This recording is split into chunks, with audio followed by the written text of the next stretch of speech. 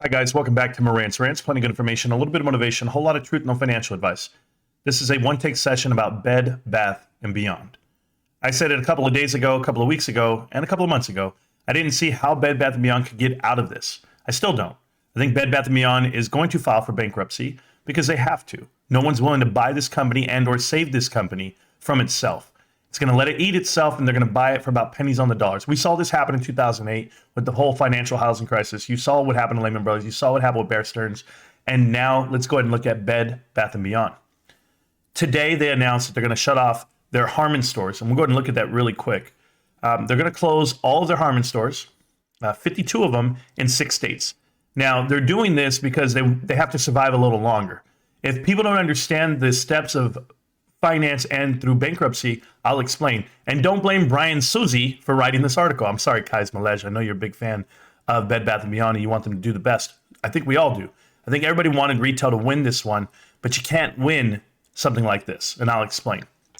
So Bed Bath & Beyond can't be saved from the covenants that are there. JP Morgan went ahead and exercised those covenants. And by doing that, it applied more pressure than they could ever imagine. So the banks and the debt own this company. Bed Bath & Beyond does not own this company. What Bed Bath & Beyond has now, they have to save face. And what that means is they're going to have to file Chapter 11, but to file Chapter 11, you have to have financing for it. You have to have a DIP financer come in and agree to process this bankruptcy for you.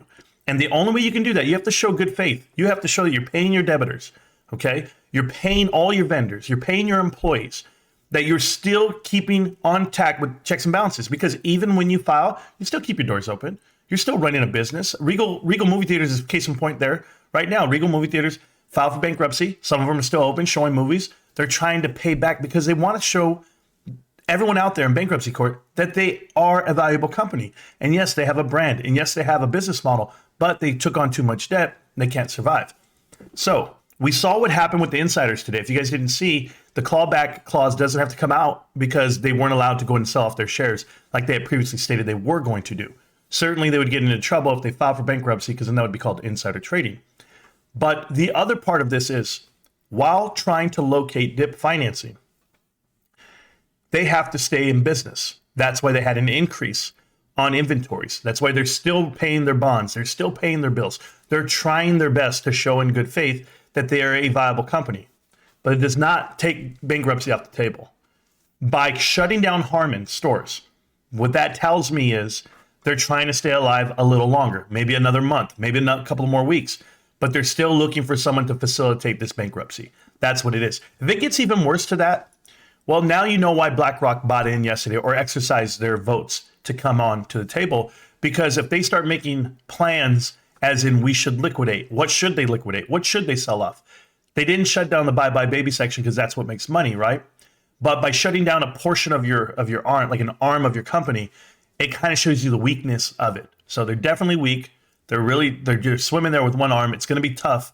And there's no doubt. It's a 99.9% chance that this will go bankrupt because there's no way someone's willing to buy your debt.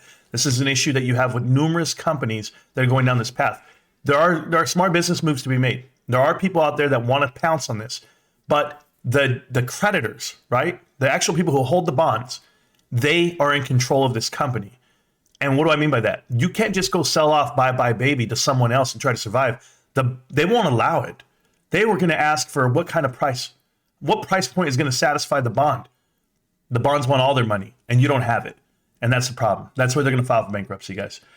It's the truth. It's out there. But remember this part. This is a little part I'm going to give you at the end. Okay? When someone is losing, who is winning? I'll show you. So we're going to go right here and we're going to look up this stock. It's called Wayfair. You guys are familiar with it. Wayfair is in competition with Bed Bath & Beyond, sells the same goods and prices, and you'll see it. It's right here. When they got announced that Bed Bath & Beyond, came out with their information, they weren't going to be able to do anything. Look at this jump in price, all the way up to $65, $63.80 right now. A huge jump from them. They're up 100% from the previous month. Wayfair's winning because Bed Bath & Beyond is losing. That's my point. I hope you guys pay attention to things like this. These are companies that you could be investing in that are not short squeezes. And I'm trying to tell you this because if you would have had invested in this company, when was it $30? We go look at it really quick. It was $28 in October. And so if you put in 10 grand in October, you'd get 20 almost 25 grand by now. That's my point. And it doesn't take a short squeeze to get you double times your money, 3 times your money. Avoid the pitfalls. And that's what they are, guys. Good luck out there. You guys aren't going to like my message and the way I deliver it, but I promise you, we got this one right. Bed Bath & Beyond is not a good investment for anyone. They don't have to close anything, and they can short you down to anything because that company has failed. Peace.